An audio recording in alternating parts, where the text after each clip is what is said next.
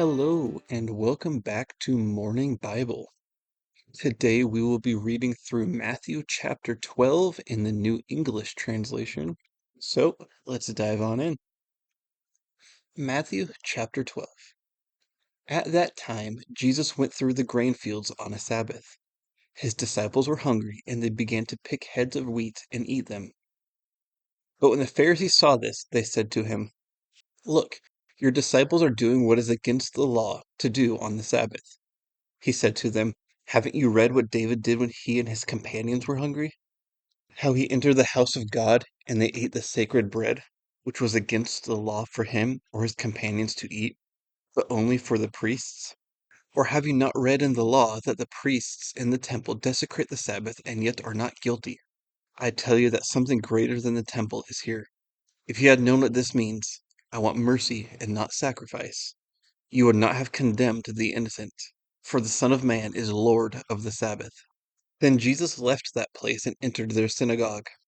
A man was there who had a withered hand, and they asked Jesus, "Is it lawful to heal on the Sabbath?" so that they could accuse him. He said to them, "Would not any one of you, if he had one sheep that fell into a pit on the Sabbath, take hold of it and lift it out? How much more valuable is a person than a sheep? So it is lawful to do good on the Sabbath."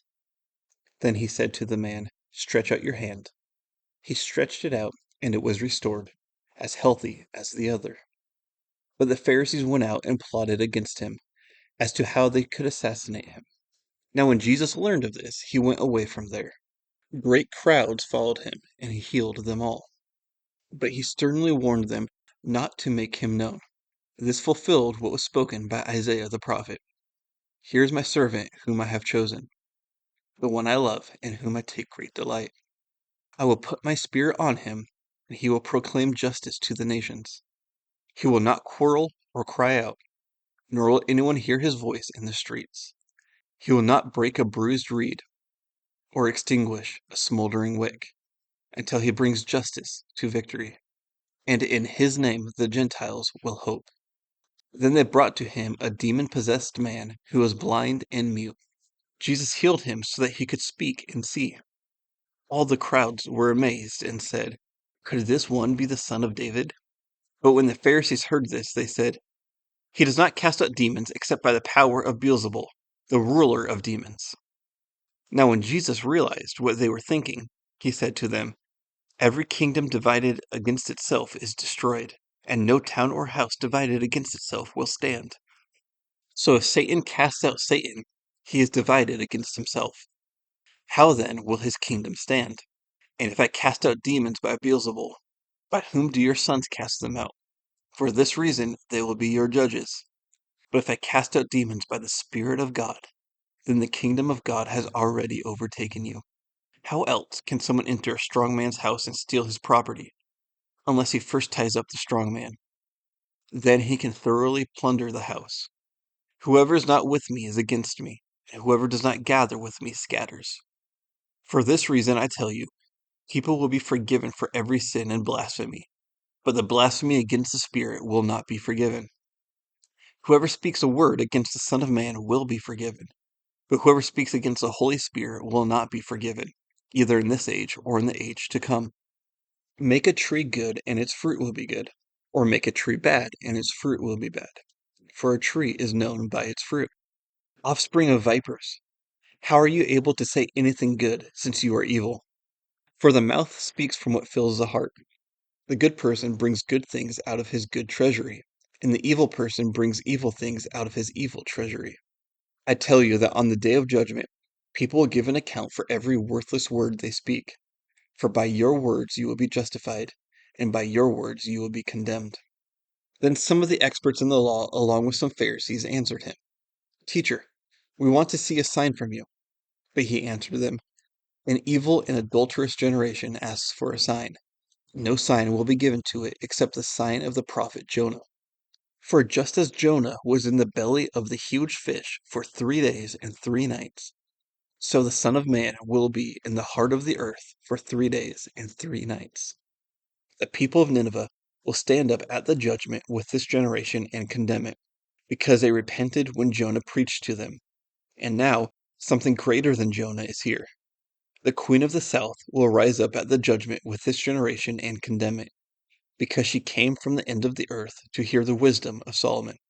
And now, something greater than Solomon is here. When an unclean spirit goes out of a person, it passes through waterless places looking for rest but does not find it. Then it says, I will return to the home I left.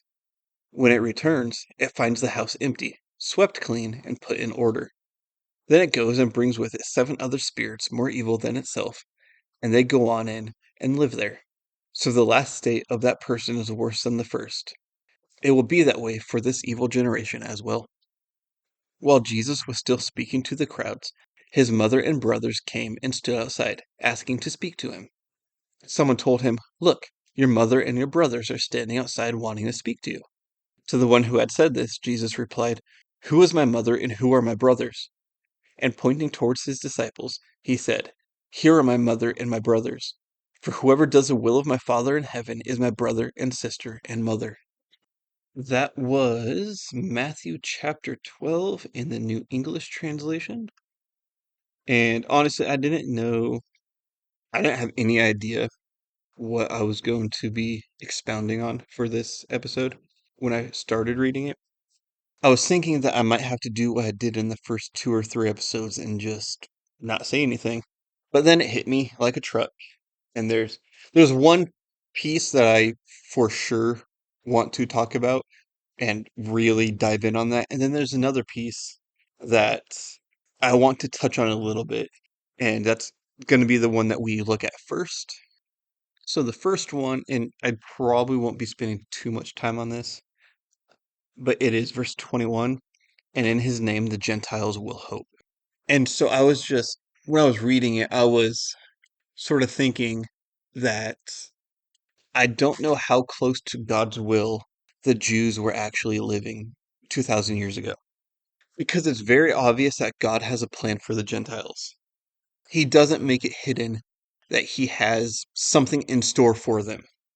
But if you were to take out this part of the Gospels, you would not think that at all. The Jews did not like the Gentiles. They a lot of times wouldn't even have anything to do with them. They didn't want to be associated with them a lot of the time. But then in Isaiah it says, and in his name the Gentiles will hope. So it just makes you think and wonder how closely the Jews were actually living to God's will. And it seems like it might not have been very close at all, especially with the Pharisees and Sadducees and all that other stuff. But just looking at this and how they treated the Gentiles back then, and it sort of takes it up another notch. But now getting on to the second thing, which will most likely take more time, verses 46 to 50. When Jesus was still speaking to the crowds, his mother and brothers came out and stood outside, asking to speak to him. Someone told him, Look, your mother and your brothers are standing outside wanting to speak to you. To the one who had said this, Jesus replied, Who is my mother and who are my brothers? And pointing towards his disciples, he said, Here are my mother and my brothers, for whoever does the will of my Father in heaven is my brother and sister and mother. I don't think it's going to be a surprise to anyone who has listened to probably any of my previous episodes on this podcast, but I am not Catholic, and I think there are a lot of issues with Catholicism.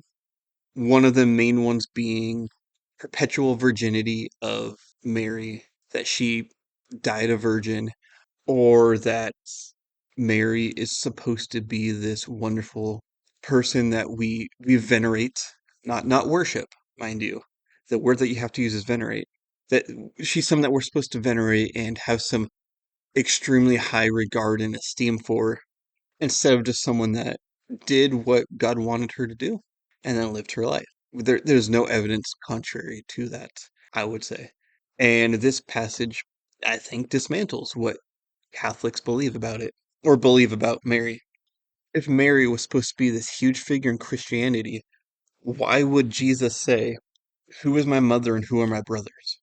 He is saying that those who follow me are my family. He is basically separating himself from his earthly family and saying, This is my real family, those who believe me. those who choose to follow me and choose to put their life on the line, that is my family. Not the woman who gave birth to me, not my siblings who she gave birth to, because this also shows that Mary also had other children. I'm not saying that it's impossible, but I have not seen any evidence that Joseph had children from a previous marriage. But what we are seeing is Jesus basically saying that not that he doesn't care about Mary, but that she is being put to the side when it comes to his actual family, which is his believers. And you can't have that with Catholicism. I'm really curious about how they interpret this because I think it's pretty cut and dry. It's similar to the wedding in Jesus' first miracle, where he calls Mary woman, which is extremely disrespectful, especially in Jewish culture. But he calls her woman, again, making a separation between himself and his mom.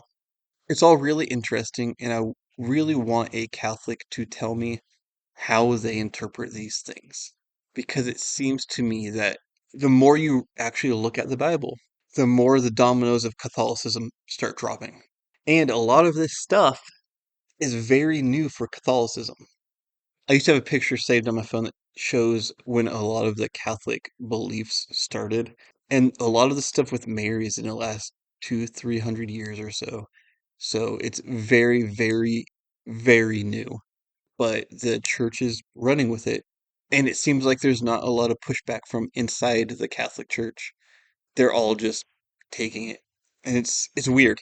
If something like that comes up in your church, just brand new belief that you have to believe for Marian dogmas, and there's places in the Bible that blatantly and obviously refute it, but no one says anything.